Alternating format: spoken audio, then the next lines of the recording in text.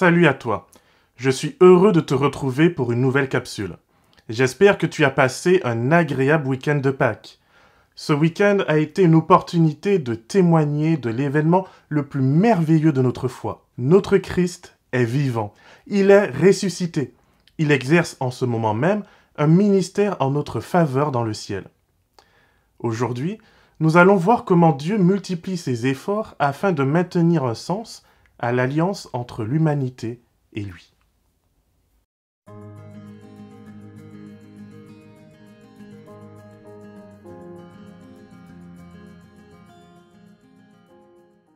Et oui, il ne suffit pas d'être créateur et géniteur pour nécessairement mériter la loyauté de ses créations.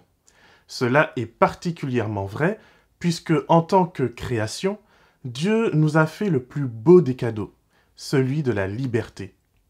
Nous avons donc le choix de croire qu'une vie meilleure existe en dehors de Dieu. L'amour véritable accepte et endure le non, la séparation et le rejet. Et bien que nos premiers parents aient fait ce choix, il reste important de réfléchir à la légitimité de ce rejet. Pourquoi ont-ils dit non à Dieu?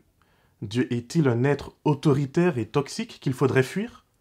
Quelle est la valeur de l'alliance qu'il nous propose? Le rejet de Dieu par l'homme a multiplié les malentendus et les fausses conceptions. D'un Dieu d'amour, géniteur de la création, le voilà devenu un être souvent un peu encombrant. Même pour le croyant, il reste souvent un fond de doute. Et si je pouvais faire ce que j'ai envie de faire sans devoir en rendre compte à qui que ce soit, ne serait-ce pas merveilleux? N'est-ce pas une alternative alléchante? L'amour est quelque chose de beau et de merveilleux. Mais l'amour implique aussi une responsabilité entre les parties prenantes de cet amour. Aimer sans responsabilité, c'est souvent condamner à la souffrance l'une ou l'autre des parties prenantes. Cette partie va souffrir afin d'offrir à l'autre cette insouciance. Or, un amour juste ne peut se contenter de vivre au détriment d'un autre, et encore moins de l'être que l'on prétend aimer. Mais alors que se passe-t-il? Pourquoi une telle séparation entre Dieu et nous? À la vue du nombre des couples qui aujourd'hui s'effondrent, on comprend qu'il ne suffit pas de dire qu'on aime ou de ressentir qu'on aime. Il y a beaucoup d'amours sincères qui finissent par vivre un enfer. Je te propose de regarder par exemple le cas de la prostitution des mineurs. En fin d'année dernière, plusieurs rapports et documentaires ont paru pour tenter de comprendre ce phénomène. Cette prostitution se retrouve particulièrement dans les quartiers défavorisés, et les enquêteurs s'attendaient à n'y trouver que de pauvres adolescentes un peu paumées, abusées par leur famille et souffrant de troubles mentaux. Eh bien, quelle ne fut pas leur surprise de voir que les jeunes filles présentes dans la prostitution venaient de tous les milieux sociaux. Certes, les familles à problème n'aident pas, mais plusieurs de ces jeunes filles viennent de bonnes familles sans histoire. Alors, pourquoi se prostituent-elles? Il semblerait, selon ces études, qu'il y a un effet de mode, un effet d'entraînement et d'excitation si intense que même quand ces jeunes filles comprennent la dangerosité de cette activité, elles y retournent. 2000 € en une soirée, l'excitation du danger, la frime devant les camarades, la sensation d'être grande fille, le fait d'avoir un pouvoir d'achat plus important que leurs propres parents en une ou deux nuits. Bref, même chez les jeunes filles de familles riches et bourgeoises, la vie de prostitution corrompt si absolument les repères qu'il est difficile d'en échapper. En termes de modification du goût et des repères, c'est un peu comme quand je vais dans un mariage et que je prends un boudoir avec ma coupe. Il y a souvent une période d'attente avant de pouvoir trinquer et boire la coupe. Alors, puisque je n'aime pas avoir les deux mains pleines, et surtout que je commence à avoir un peu faim, je mange le boudoir en attendant. Et quand vient le moment de boire la coupe, horreur! Même des boissons aussi sucrées que les champomis n'ont plus aucun goût. Tu vois, des choses qui flattent certains de nos sens nous empêchent ensuite d'apprécier d'autres choses pourtant bonnes. C'est un peu le même problème que nous avons en tant qu'humains vis-à-vis de Dieu. La liberté est un merveilleux cadeau, mais mal utilisée, cette liberté devient un poison qui nous empêche d'apprécier les relations à leur juste valeur. Nous le voyons en ce moment même dans une société où le pourcentage de célibataires ne cesse d'augmenter. On se pose souvent cette question, pourquoi supporter un autre quand je peux satisfaire à tous mes besoins apparents sans me prendre la tête, sans faire de compromis, ou sans faire d'effort pour en accommoder un autre. Mais Dieu a un message pour toi comme pour moi. Ne te laisse pas séduire par cette vision certes hyper sucrée et appréciable sur le moment, mais qui ultimement va laisser un désert de solitude dans ta vie. Le premier boudoir, le deuxième, le troisième sont excellents, mais au bout du quatrième, tu risques de commencer à être saturé et bientôt, tu seras même dégoûté de manger tout court. C'est exactement ce qui s'est passé avec l'humanité d'avant le déluge et jusqu'à aujourd'hui. Chaque jour, leurs pensées étaient tournées davantage vers le mal et la destruction. Leur sens était tellement corrompu qu'ils n'arrivaient plus à apprécier les choses bonnes et saines. Leur cœur s'endurcit jusqu'à ce qu'ils ne puissent plus entendre Dieu leur parler. Pourtant, la Bible dit dans Hébreux 1, versets 1 à 2, « Après avoir autrefois, à bien des reprises et de bien des manières, parlé au Père par les prophètes, Dieu nous a parlé en ces jours qui sont les derniers, par un Fils qu'il a constitué héritier de tout et par qui il a fait les mondes. » Tu as bien entendu, Dieu n'a pas parlé qu'une seule fois, mais il a multiplié les tentatives de contact et d'alliance entre l'humanité et lui parce qu'il nous aime. Il a utilisé Noé et sa famille, une minorité d'humains encore sensibles à la présence divine, pour annoncer la fin du monde et le jugement de Dieu. La liberté n'est pas une excuse pour tuer, violer, voler et maltraiter, juste en face d'un Dieu qui est un Dieu de justice. Non seulement Noé a prêché son avertissement sur plus d'un siècle, mais son nom et sa lignée pourraient avoir servi de rappel à sa société de ce qui est vrai et juste.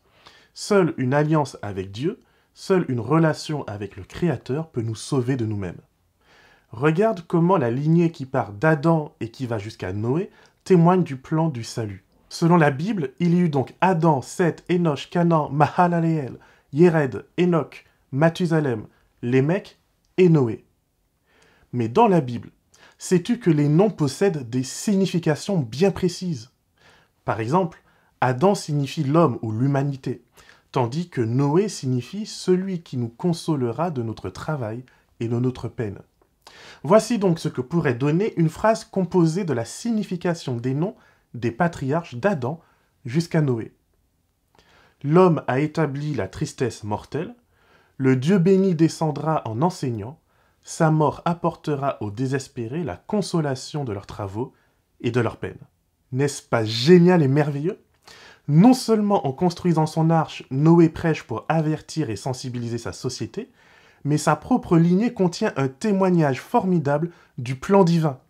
Dieu parle, Dieu interpelle, Dieu supplie. Dieu nous invite à sortir de la confusion et de la prostitution de Babylone.